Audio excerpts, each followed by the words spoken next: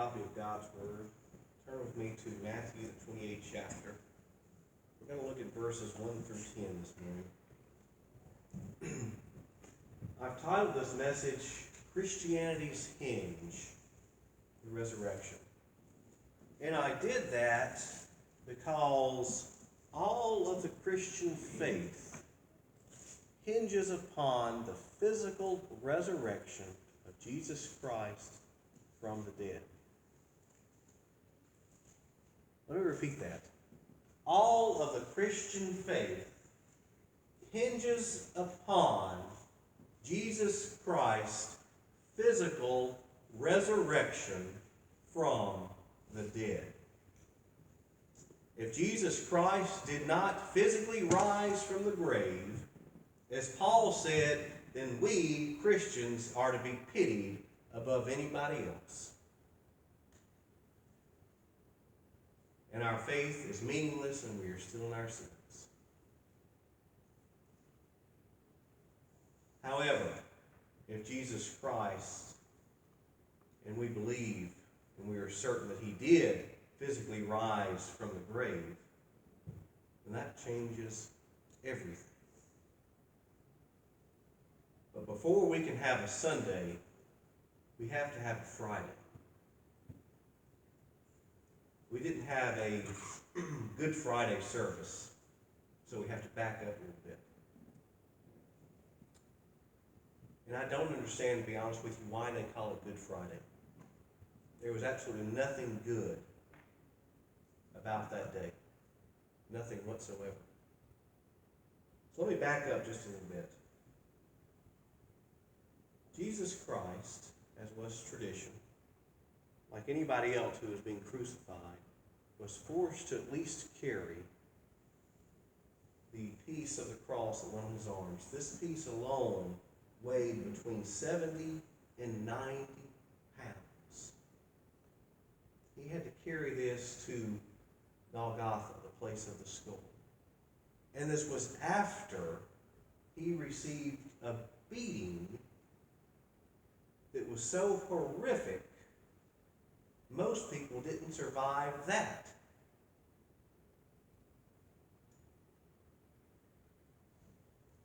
He had to have help because he himself couldn't make it, probably because he had lost too much blood and was too weak. So Simon, the Syrian, was ordered to help him.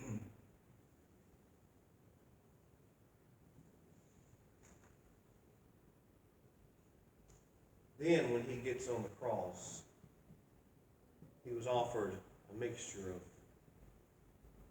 wine and water. But even there, he refused it.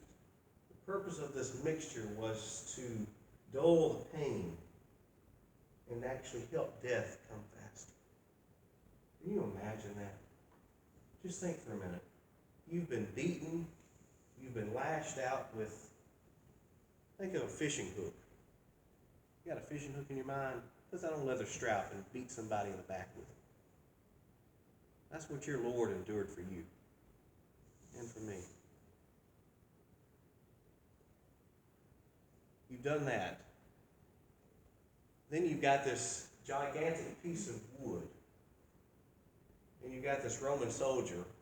They've done that to you. They've made fun of you. They've made a crown of thorns and placed it on your head, squished it down in so it bleeds all around your head. They beat you. Then they strap you down. And they nail nails through your hands into this piece of wood. Then they tell you, get up. You're going to walk.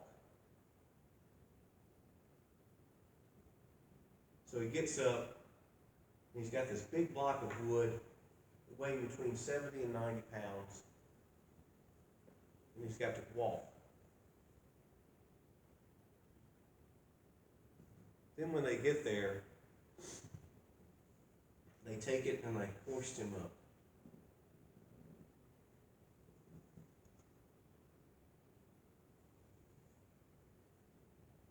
Nails in his feet. nails in his hands. He can't breathe. Anytime he wants to catch a breath, he has to put weight of his body down on his feet on that nail that's holding him in, just so he can catch his breath.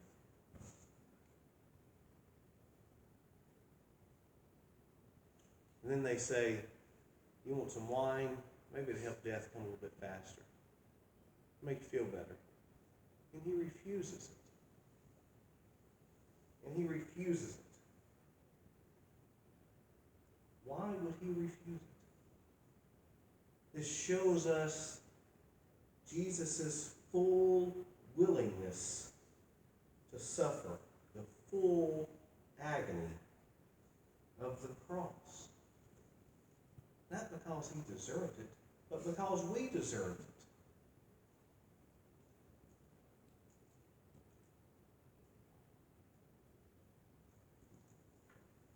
Most people who are hung on a cross, which is the worst form of death penalty that man has ever known, mind you. The victim may be alive for days, and after death, they may be consumed by dogs, or birds, or insects. Josephus described it as the wretched of all the ways of dying.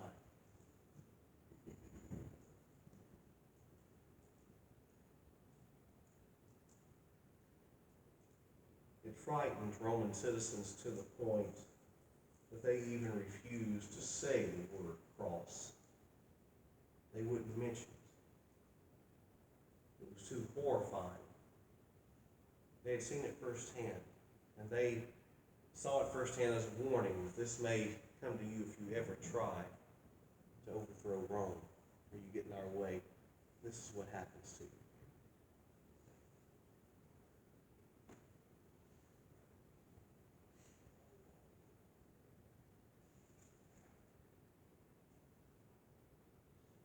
And then Jesus' final temptation is if he hadn't suffered enough. They taunted him again. They said, if you're the Son of God, get down off that cross. If you're the Son of God, get down off that cross. He could have. Remember, he could have simply said the word and he would have had angels come down and slaughter all of humanity. He could have come down. It was tempting for him to come down, but he chose not to. Instead, he endured that for you, for me. If you had been the only person on this earth at the time, he still would have gone through it for you.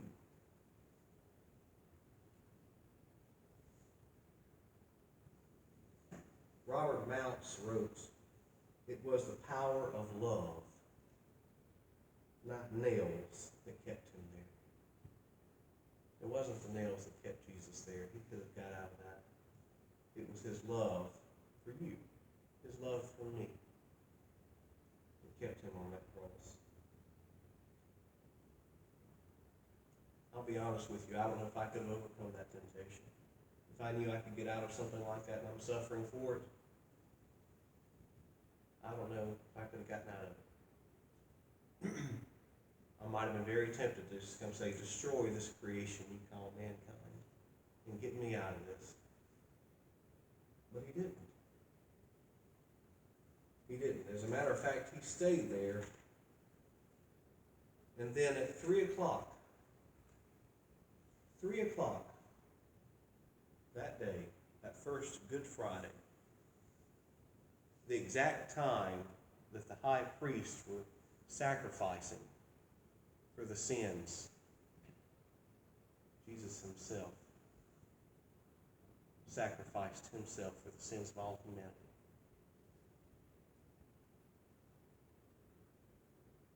Right before that happened, a darkness came over the earth. The Jews watching it viewed it as God's judgment against Christ. his sins. Jesus had sins, yeah. No, he didn't.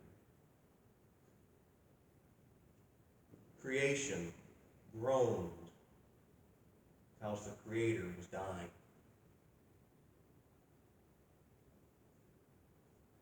Jesus, for the first time in all of history, God the Son was separated from God the Father. So much so that God had to turn his back on his own Son because of the weight of sin of the world laid upon the sinless man known as Jesus.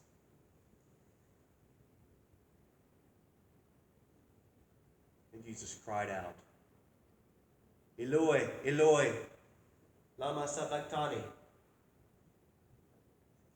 Eloi, Eloi, lama sabachthani. My God, why have you forsaken me?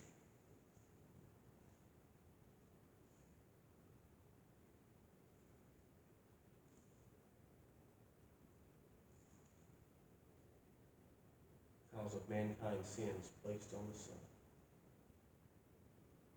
And then at 3 o'clock, on the dot, the exact time that the sacrifices were taking place in the temple, the last sacrifice that mankind would ever need, gave himself up.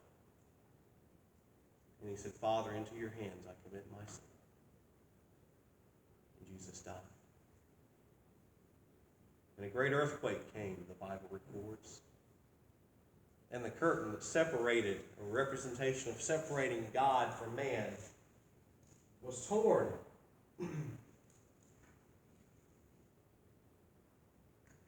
It was torn from top to bottom.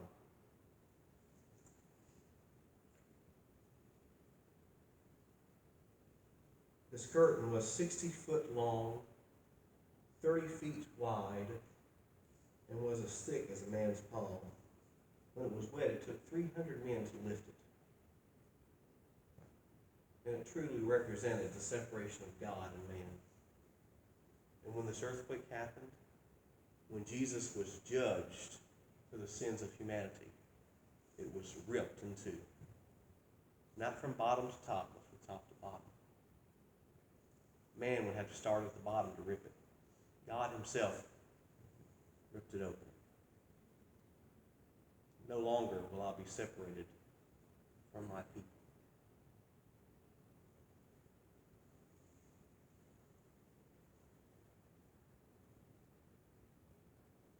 This represented giving sinners new access to God through Jesus. And because of what Jesus did on the cross, we can have relationship with God through Christ.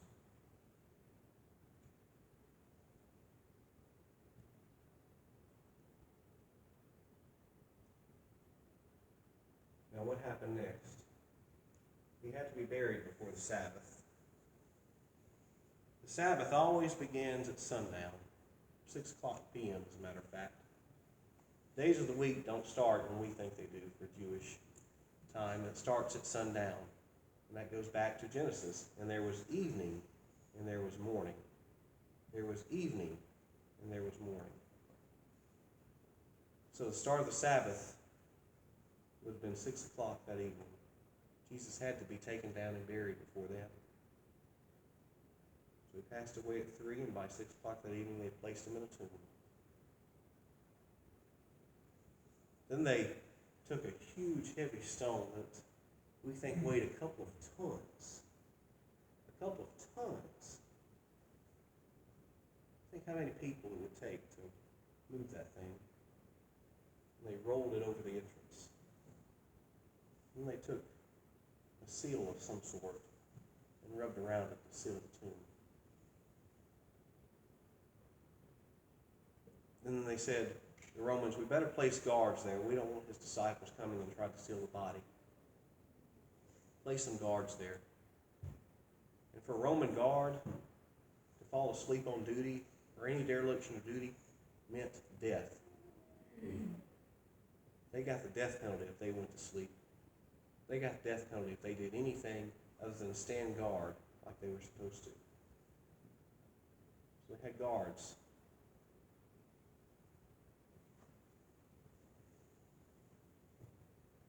And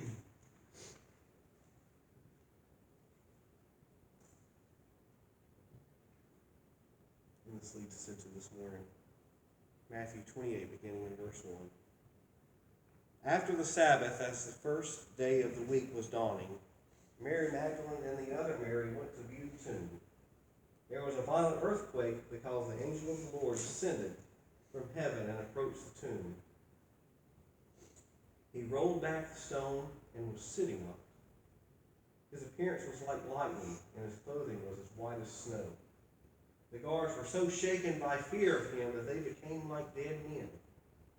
The angel told the woman, "Don't be afraid, because I know you are looking for Jesus who was crucified. He is not here, for he is risen, just as he said. Come, see the place where he lay.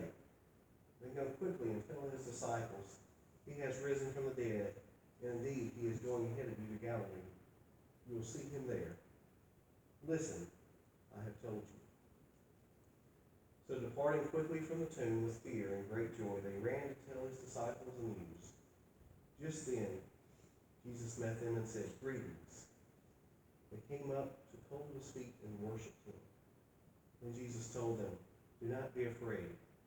Go and tell my brothers to leave for Galilee, and they will see me there." That first resurrection day, that Good Friday when all that happened, the disciples are distraught, they're chaotic, they don't know what to think. The world's turned completely upside down for them. And all of a sudden we've got two women. They're going up to the tomb this first Sunday. And when they get there, this earthquake happens, this angel comes down and rolls the stone away, and he's sitting on top of it. And he says, "I know why you're here, you're looking for Jesus. But he is not here, he's risen, just as he said he would. Remember, he told you he was going to rise, so he is risen. Here, look in here.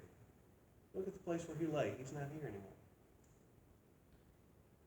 The guards, so shaken with fear.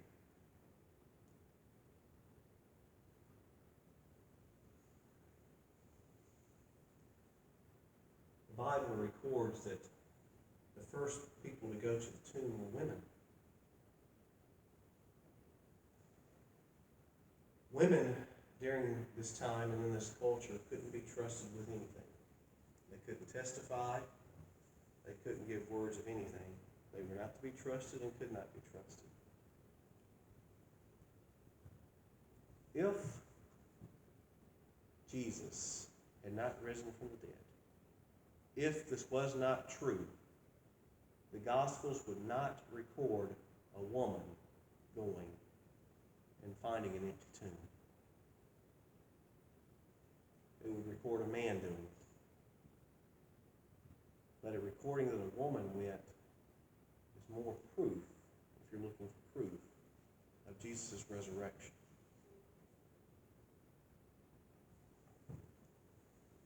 You'll also find, as you look through the four Gospels, Matthew, Mark, Luke, and John, that the stories of the resurrection vary ever so slightly. If you ever talk to an investigator reporter, they're going to tell you right then and there that it worries them if all the stories and the accounts by different people are exactly the same. That means they got together, they came up with a story, and it's all exactly the same.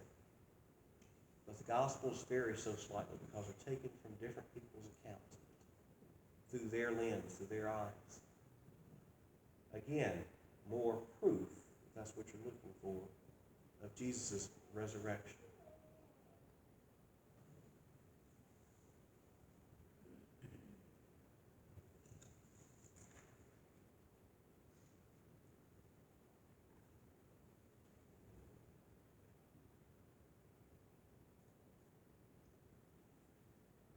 If you've ever read a book, The Case for Christ, by Lee Strobel, If you haven't read it, I really want to encourage you to read it. It's also a movie, so if you don't like to read, watch the movie. Lee Strobel is a man who was an investigative reporter with a newspaper out of Chicago, I believe. Back in around 1983 or so, well, first off, he was a devout atheist. Wanted nothing to do with God, said God didn't exist, went on his way. 1983, he, his wife, and their child were eating at a restaurant. The child became choked on something. And this is when the Heimlich maneuver was brand new. Nobody really knew about it except for like trained professionals. There just so happened to be somebody sitting right next to the table who knew how to do the Heimlich maneuver. They were to come and save the child's life. This completely changed his wife. She had in her mind that the only reason that person was there is because God made it happen. God saved their child's life. And she kept telling Lee Strobel about it. She kept saying, do you not see what God has done for you? Do you not see what God has done for you? Do you not believe yet? And quite frankly, he became so upset by it. He just got sick and tired of her just pushing this Christianity on him. He says, fine. He says, I'm an investigative reporter. I'll do what I do best. I'll prove to her Christianity isn't real. He says, so what does Christianity hinge on? The resurrection. If there is no physical resurrection of Jesus Christ, then Christianity cannot be real, and it cannot be true. So what did he do? He did what he does best. He started investigating, just as he would anything else. Except he wasn't searching for Christianity to be true. His bias was for Christianity not to be real, not to be true. But when he started digging through all the evidence, remember, the Bible records that it wasn't just the disciples who witnessed him alive and well. There were thousands of people who saw Jesus after the resurrection, walking and talking and healing. There are eyewitness accounts of this. Lee Strobel went and did what he does best. He was searching to prove Christianity to be false based on Jesus' resurrection. But every time he dug, just like he did with anything else, every time he looked at something, the proof showed the opposite. He was essentially putting Jesus and the resurrection on trial in a court of law. And he finally threw his hands up one day and said, I can't disprove it. All the evidence supports Jesus rising from the grave. All the evidence supports this.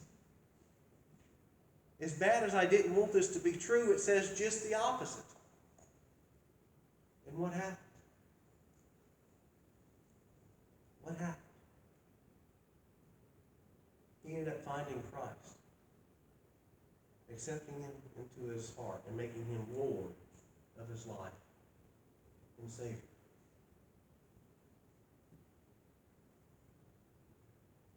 And so today he is an adamant Christian, still writing books.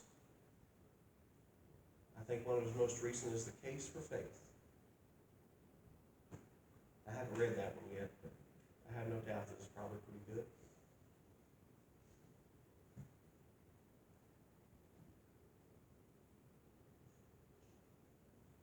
The angel, back in Matthew, confirms Jesus' prophecy, just as he said. He will rise. He confirmed the Old Testament prophecies of who Jesus is. The same people who had witnessed Jesus die on the cross and being placed in the tomb are now the witnesses to it being empty.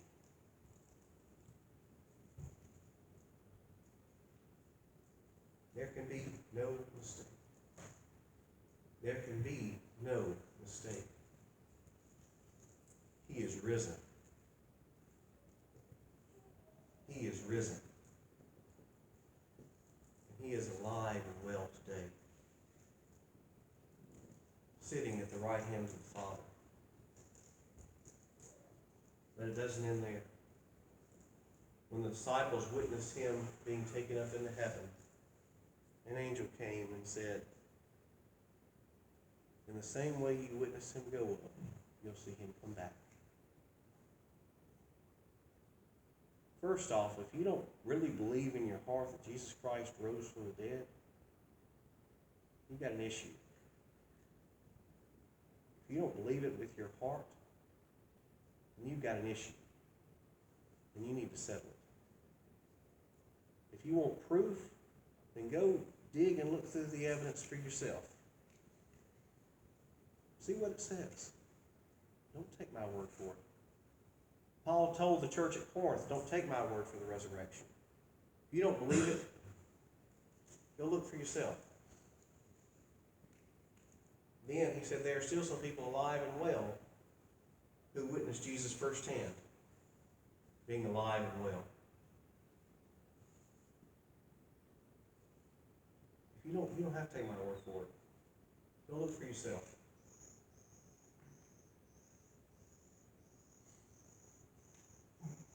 If you've got an issue and don't believe Jesus Christ is being risen from the dead, in here, I'm not talking about up here, I'm talking about in here. You've got bigger issues, and you need to settle with your Lord this morning.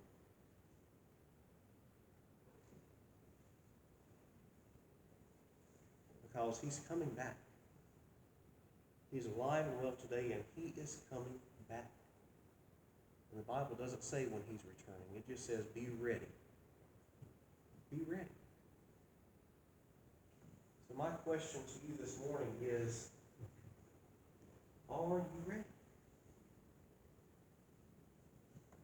Do you have a relationship? I'm not talking about walking down the aisle, saying a prayer. I'm asking, do you have a relationship with him? If you don't, it's the best thing you'll ever have. He'll completely change your life. These apostles went from the scaring crowd who ran away, scampering away with their tails tucked between their legs, to being bold enough after the resurrection that they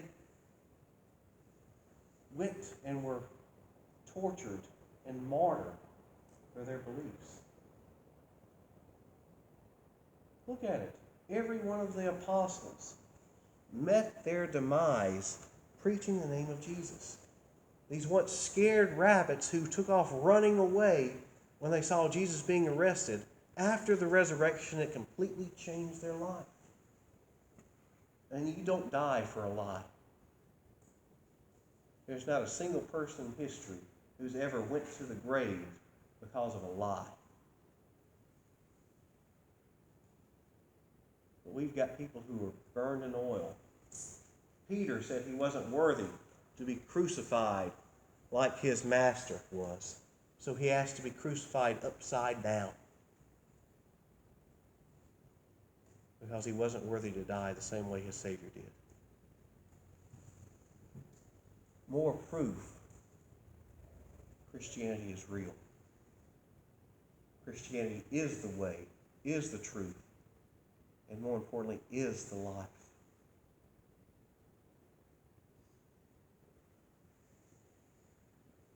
All of Christianity hinges on the resurrection. I ask you today, what do you believe? As Nasensi plays for us this morning, if you have something to settle, you settle it. If you need to come talk, come talk.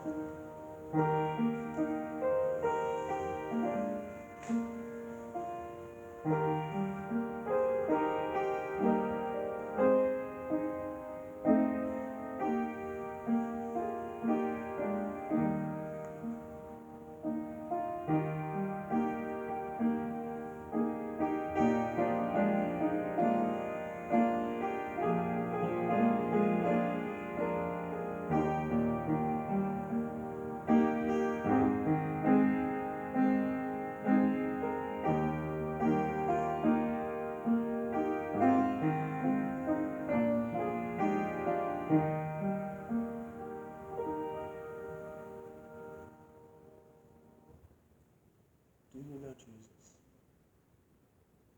Do you have a relationship? The door is always open. And it's never too late until the day you die, or unless Jesus comes back. And then it will be too late. Talk to him.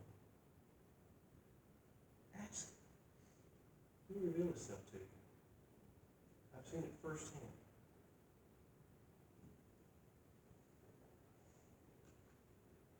We won't have any evening services tonight. Be with your families.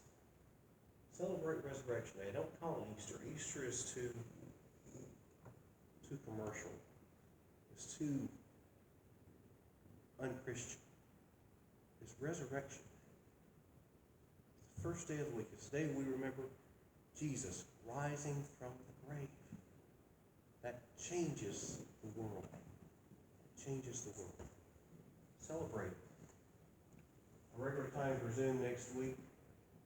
Also next week, we're going to have a baby dedication and a child dedication. So please come back for that. We'll have Dr. Harold Mosley, who will be presiding over that. He was the pastor here between 83 and 86. So please come back for that. It's going to be great times, great fellowship, and the parents get charged with their responsibility for their children. So please come back for that. Any birthdays? I guess we don't have any. That's a shame.